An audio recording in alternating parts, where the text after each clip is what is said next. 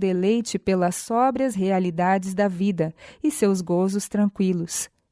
Desta maneira, abre-se a porta para a dissipação e o desregramento, com os seus terríveis resultados. Reuniões sociais. Conforme são realizadas comumente, as reuniões sociais são também um embaraço ao crescimento real, quer do espírito, quer do caráter. Formam-se associações frívolas, hábitos de extravagância e de busca de prazeres, bem como muitas vezes de dissipação, coisas estas que moldam a vida toda para o mal. Em vez de tais diversões, pais e professores muito poderão fazer para suprir distrações sãs que proporcionem vida. Nisto, como em todas as demais coisas que dizem respeito ao nosso bem-estar, a inspiração indicou o caminho. Nos tempos primitivos, era simples a vida entre o povo que estava sob a direção de Deus. Viviam junto ao coração da natureza. Seus filhos participavam do trabalho dos pais e estudavam as belezas e mistérios do tesouro da natureza. Na quietude do campo e do bosque, ponderavam aquelas grandes verdades transmitidas como um sagrado depósito de geração a geração. Tal ensino produzia homens fortes. Ocupações ao ar livre. Na presente época, a vida se tornou artificial e os homens degeneraram. Conquanto não possamos voltar completamente aos hábitos simples daqueles tempos primitivos, deles podemos aprender lições que tornarão nossos momentos de recreio o que este nome implica: momentos de verdadeira construção de corpo, espírito e alma. Muito tem que ver os arredores do lar e da escola com a questão do recreio. Na escolha de um lar ou na localização de uma escola, deveriam estas coisas ser consideradas. Aqueles para quem o bem-estar mental e físico é de maior importância do que o dinheiro ou as exigências e costumes da sociedade, devem procurar para seus filhos o benefício do ensino da natureza e a recreação ou seu ambiente. Seria de grande auxílio na obra educativa se cada escola pudesse ser localizada de tal maneira que proporcionasse aos estudantes terra para a cultura e acesso aos campos e matas. Para os fins de recreio aos estudantes, os melhores resultados se alcançarão pela cooperação pessoal do professor.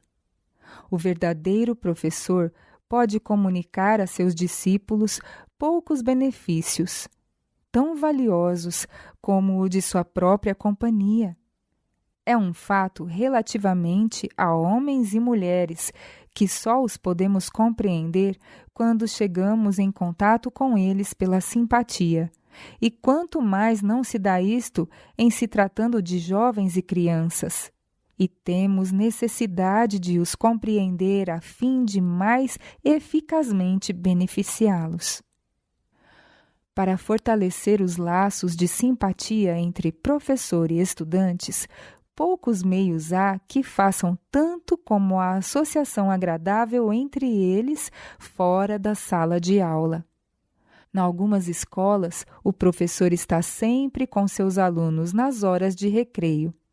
Associa-se-lhes em seus empenhos, acompanha-os em suas excursões e parece identificar-se com eles. Muito bem iriam nossas escolas se esta prática fosse mais geralmente seguida. O sacrifício que se exigiria do professor seria grande, mas ele recolheria uma recompensa preciosa.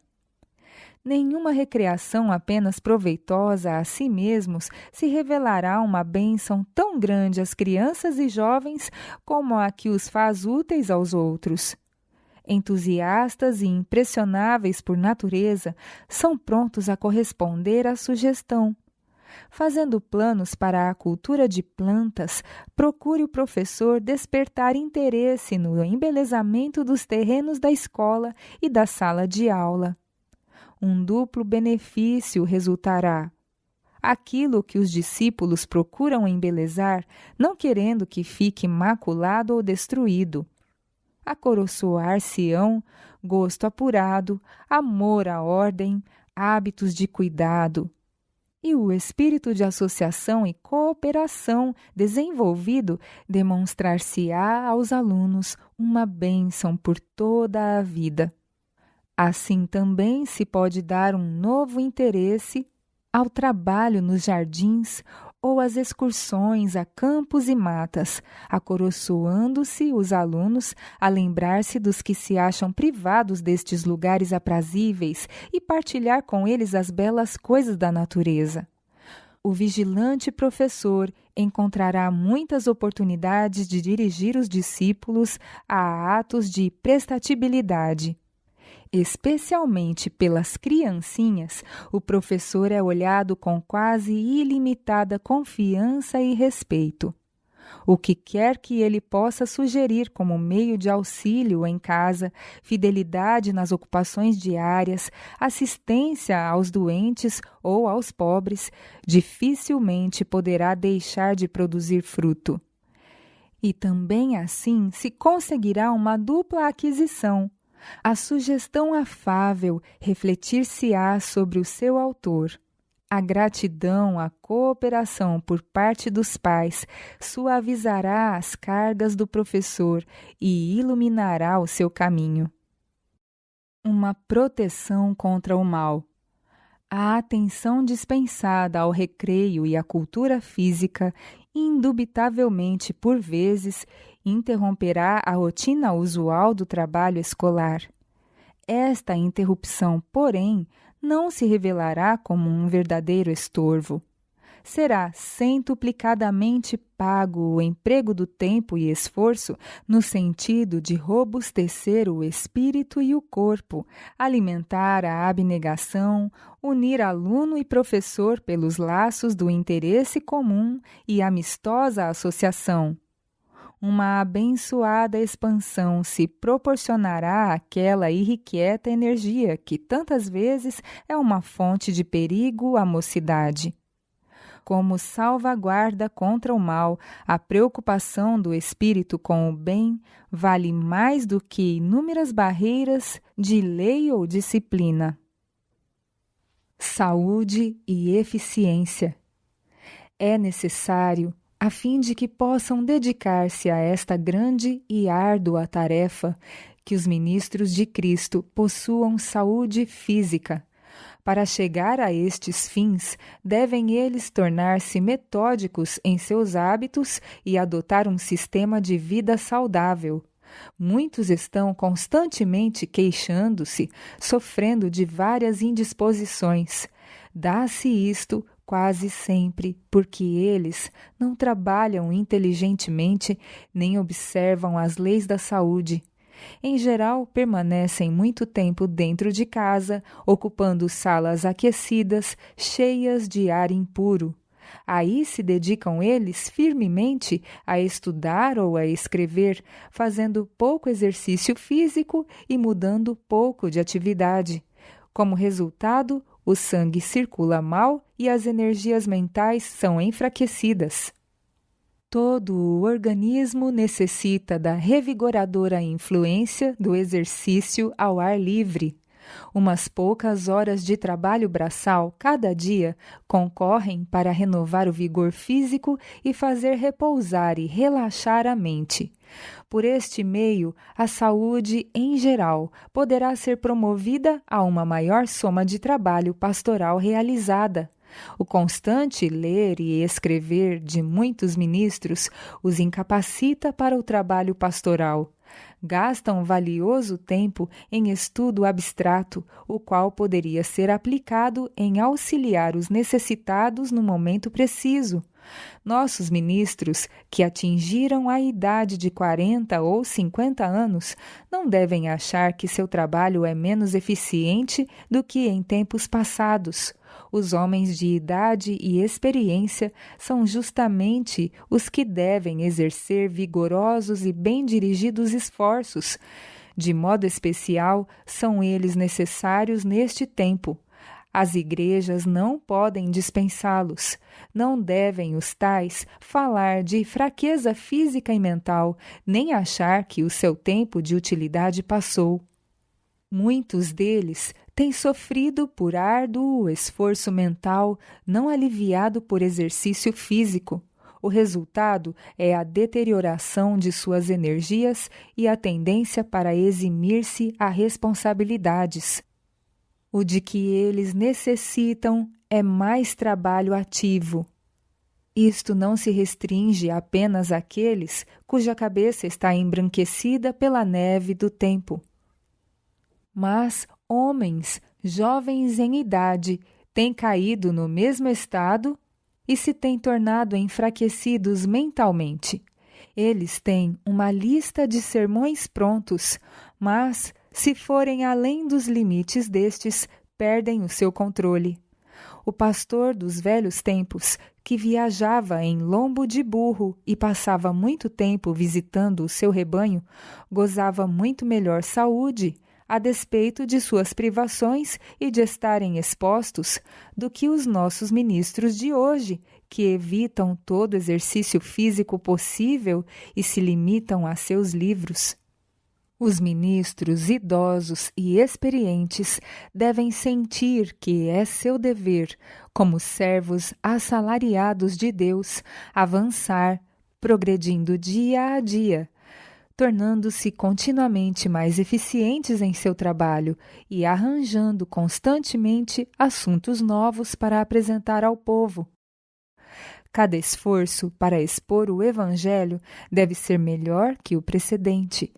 Cada ano, cumpre-lhes desenvolver uma piedade mais profunda, um espírito mais compassivo, maior espiritualidade e um conhecimento mais completo da verdade bíblica. Quanto maior sua idade e experiência, mais próximos devem eles ser capazes de chegar do coração das pessoas, possuindo um mais perfeito conhecimento delas. Períodos de relaxação. Foi-me mostrado que os guardadores do sábado, como povo que trabalha de maneira tão árdua, não se permitem mudança ou períodos de repouso.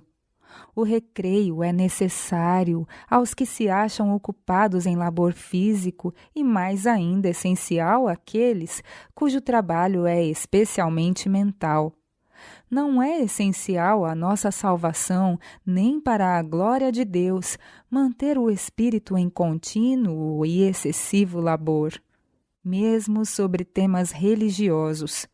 Há distrações como sejam a dança, o jogo de cartas, xadrez, damas, etc., que não podemos aprovar porquanto o céu as condena. Estas diversões abrem a porta a grandes males. Não são benéficas em sua tendência. Antes, exercem efeito excitante, produzindo em alguns espíritos uma paixão por aquelas diversões que conduzem ao jogo e à dissipação. Todos esses divertimentos merecem ser condenados pelos cristãos, devendo o seu lugar ser substituído por qualquer coisa perfeitamente inofensiva. Vi que não se devem passar nossos feriados a exemplo do mundo, mas não devemos passá-los por alto, pois isso traria descontentamento aos nossos filhos. Nestes dias em que há perigo de serem expostos a más influências e corrompidos pelos prazeres e excitações do mundo, estudem os pais o meio de proporcionar-lhes alguma coisa que substitua entretenimentos mais perigosos. Dai a entender a vossos filhos que tendes em vista seu bem-estar e felicidade. Unam-se várias famílias que residem numa cidade ou vila e deixem as ocupações que as cansaram física e mentalmente e façam uma excursão ao campo, às margens de um belo lago ou a um bonito bosque, onde seja lindo o cenário da natureza. Devem prover-se de alimento simples e saudável, das melhores frutas e cereais, pondo a mesa à sombra de alguma árvore ou sob a abóbada celeste. A viagem, o exercício e o panorama despertarão o apetite e poderão gozar de uma refeição que causaria inveja aos próprios reis. Nessas ocasiões, pais e filhos devem sentir-se livres dos cuidados do trabalho e de toda preocupação. Os pais devem sentir-se pequenos com seus filhos, tornando-lhes tudo tão agradável quanto possível. Seja o dia todo um contínuo recreio. O exercício ao ar livre, para aqueles cujo trabalho é dentro de casa e sedentário, lhes beneficiará a saúde. Todos os que podem devem sentir o dever de seguir este procedimento. Nada se perderá, mas ganhar-se-á muito. Tornarão as suas ocupações com nova vida e novo ânimo para empreender de novo sua tarefa com mais zelo e estarão melhor preparados para resistir à enfermidade. Luz solar na casa. Se quereis que vossas casas sejam agradáveis e convidativas, tornai-as resplendentes com ar e luz solar. Removei vossas espessas cortinas, abri as janelas, suspendei as persianas e fruí a rica luz do sol, ainda que seja à custa das cores de vossos tapetes. A preciosa luz solar poderá fazer descorar os vossos tapetes. Ela, porém, dará uma cor saudável às faces de vossas crianças. Se tiverdes a presença de Deus e possuirdes coração cheio de zelo e amor, uma casa humilde, na qual haja ar e brilhe a luz do sol, e animada por altruísta hospitalidade, será para a vossa família e para o cansado viajor um céu na terra. Diversões proibidas. Aqueles que se acham empenhados em estudo necessitam relaxar-se. A mente não deve estar constantemente entregue à meditação acurada, pois o delicado mecanismo mental se torna gasto. O corpo, bem como a mente, deve fazer exercício. Há, porém, grande necessidade de temperança nos divertimentos, da mesma forma que em todas as outras atividades. E o caráter dessas diversões deve ser cuidadosa e cabalmente considerado. Cada jovem deve perguntar a si mesmo: que influência exercerão essas diversões sobre a saúde física, mental e moral? Deverá minha mente tornar-se tão obcecada que se esqueça de Deus? Deixaria eu de ter sua glória diante de mim? Deve-se proibir o jogo de cartas. As associações e tendências são perigosas. O príncipe dos poderes das trevas preside nos salões de diversões e onde quer que haja jogo de cartas. Os anjos maus são hóspedes familiares nestes lugares. Nada existe de benefício à alma ou ao corpo nestes divertimentos. Coisa alguma para fortalecer o intelecto, nada para provê-lo de ideias valiosas para o uso futuro. A conversa gira em torno de assuntos triviais e degradantes. Ouve-se aí gracejo indecente, palavreado baixo e vil, que diminui e destrói a verdadeira dignidade varonil. Essas diversões são as mais nércias, inúteis, prejudiciais e perigosas atividades que os jovens podem praticar. Aqueles que se dão ao jogo de cartas tornam-se grandemente excitados e logo perdem todo o gosto pelas ocupações úteis e elevadas. A perícia no manuseio das cartas conduzirá logo ao desejo de empregar este conhecimento e tato em proveito próprio. É apostada uma pequena soma e em seguida uma maior, até que se adquire uma sede de jogar que leva à ruína certa. Há quantos não têm essa diversão perniciosa levado a toda sorte de práticas pecaminosas, à miséria, à prisão, ao assassínio e ao patíbulo. E muitos pais ainda não veem o terrível abismo da ruína que está aberto aos nossos jovens. Entre as casas de diversões, a mais perigosa é o teatro. Em lugar de ser uma escola de moralidade e virtude, como costuma ser chamada, é ele justamente o viveiro da imoralidade. Os hábitos viciosos e as tendências pecaminosas são fortalecidos e confirmados por esses entretenimentos. As cantigas baixas, os gestos, expressões e atitudes indecentes corrompem a imaginação e a aviltam a moral. Todo jovem que assiste habitualmente a tais exibições será corrompido em princípio. Não existe em nosso país influência mais poderosa para corromper a imaginação, destruir as impressões religiosas e enfraquecer o gosto pelos prazeres tranquilos e as sóbrias realidades da vida do que as diversões teatrais. O gosto por estas cenas aumenta com cada transigência, assim como o desejo para com as bebidas intoxicantes se fortalece com seu uso. O único caminho seguro é evitar o teatro, o circo e todos os outros lugares de diversões duvidosos. Há espécies de recreações grandemente benéficas, tanto para a mente como para o corpo.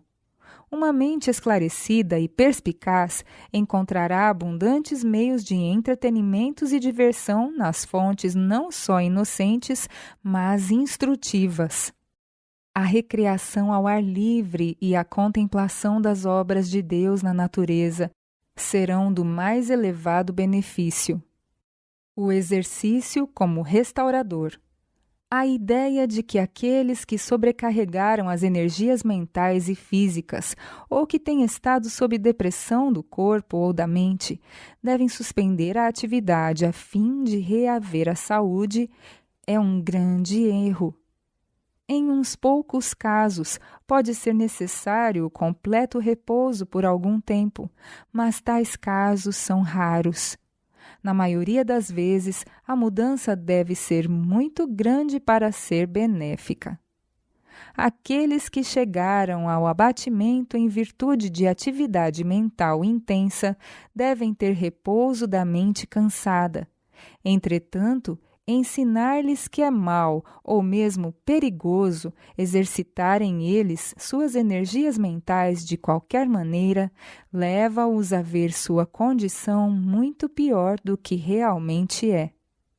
Eles estão nervosos e finalmente se tornam um fardo para si mesmos, bem como para os que deles cuidam. Neste estado mental, sua recuperação é realmente duvidosa. Aqueles que sobrecarregam suas energias físicas não devem ser aconselhados a abster-se completamente do trabalho. Afastá-los de todo exercício impediria, em muitos casos, a sua restauração à saúde. A vontade acompanha o trabalho das mãos e, quando o poder da vontade está adormecido, a imaginação torna-se anormal, de maneira que é impossível ao sofredor resistir à doença.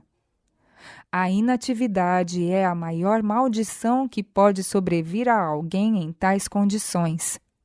O delicado e maravilhoso mecanismo da natureza precisa ser constantemente exercitado, a fim de que esteja em condições de desempenhar os fins para os quais foi designado. A regra de não fazer nada é perigosa em qualquer caso. O exercício físico, no sentido do trabalho útil, exerce influência benéfica sobre a mente, fortalece os músculos, aumenta a circulação e dá ao doente a satisfação de saber quanto pode resistir e que não é inteiramente inútil neste mundo agitado, ao passo que, se este é restringido, sua atenção é atraída para si mesmo e ele se acha em grande perigo de levar a exagero suas dificuldades. Se os doentes tomassem parte em algum exercício físico bem orientado, usando suas energias, mas sem abusar delas, encontrariam eles aí um eficaz agente para a sua restauração. Andar para exercitar-se. Aqueles que são fracos e indolentes não devem ceder à sua tendência de estarem inativos, privando-se assim do ar e da luz solar, mas devem praticar exercício fora de casa, andando ou trabalhando no jardim. Eles se tornarão muitíssimo fatigados, mas isto não os prejudicará. Não é prudente abandonar o uso de certos músculos, porque se sente dor quando estes são exercitados. A dor é, em geral, causada pelo esforço da natureza para transmitir vida e vigor àquelas partes que se tornaram parcialmente sem vida por causa da inatividade. O movimento desses músculos de há muito desusados causará dor, pois a natureza os está despertando para a vida. Em todos os casos possíveis, andar é o melhor remédio para os físicos enfermos, pois nesse exercício todos os órgãos do corpo são postos em uso. Muitos que buscam a cura pela mudança de lugar poderiam fazer mais por si mesmos pelo exercício muscular do que essas mudanças podem fazer por eles. Em alguns casos, a falta de exercício faz com que os intestinos e músculos se tornem enfermos e contraídos, e esses órgãos que se tornaram doentios por falta de uso poderão ser fortalecidos pelo exercício. Não há exercício que possa substituir o andar. Por ele, a circulação do sangue é grandemente aumentada. Males da inatividade. O exercício e o trabalho físicos combinados exercem uma agradável influência sobre a mente, fortalecem os músculos, aumentam a circulação e dão ao doente a satisfação de conhecer seu próprio poder de resistência, ao passo que, se o exercício saudável e o trabalho físico lhes são restringidos, sua atenção é atraída para ele próprio. Acha-se ele em constante perigo de imaginar-se pior do que realmente está e de formar dentro de si uma imaginação doentia que o leve a temer constantemente esteja sobrecarregando sua capacidade de resistência. De modo geral, se tomar parte em alguma atividade bem orientada, usando sua energia, sem dela abusar, notará que o exercício físico se provará um agente mais poderoso e eficaz em sua recuperação do que mesmo o tratamento por água que está recebendo. A inatividade da energia física e mental, no que diz respeito ao trabalho útil, é o que mantém muitos doentes em uma condição de fraqueza que eles se sentem incapazes de superar. Dá-lhes também maior oportunidade de condescender com pensamentos impuros, condescendência que tem levado muitos deles à sua condição atual de fraqueza. É-lhes dito que eles gastaram muita energia em trabalho árduo, quando em 9 de cada 10 casos o trabalho que eles realizaram foi a única coisa recuperadora em sua vida e foi o meio de salvá-los da completa ruína.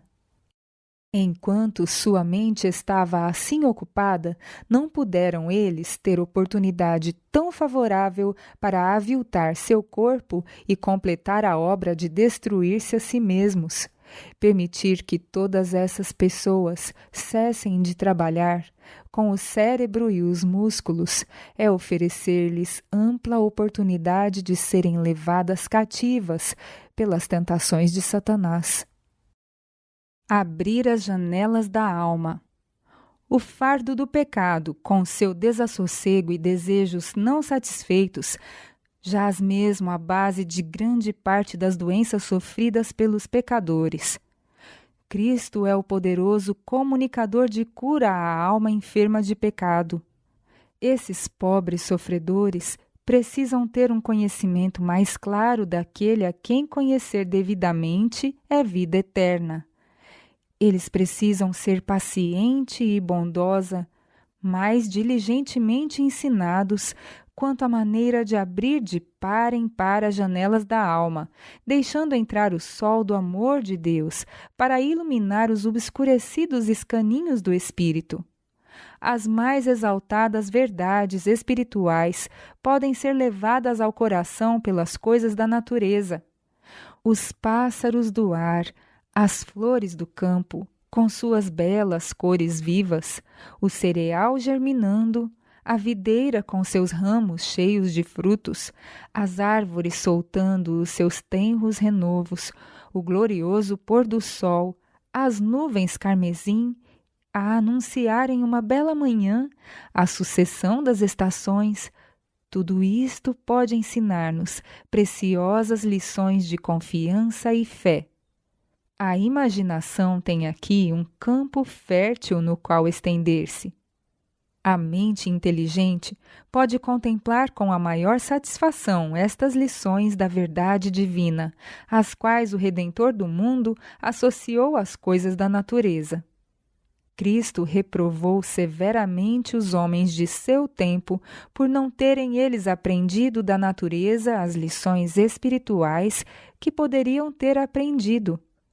Todas as coisas animadas e inanimadas expõem ao homem o conhecimento de Deus.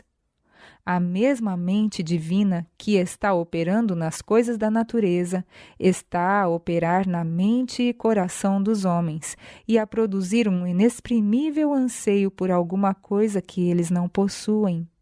As coisas do mundo não podem satisfazer-lhes os anelos.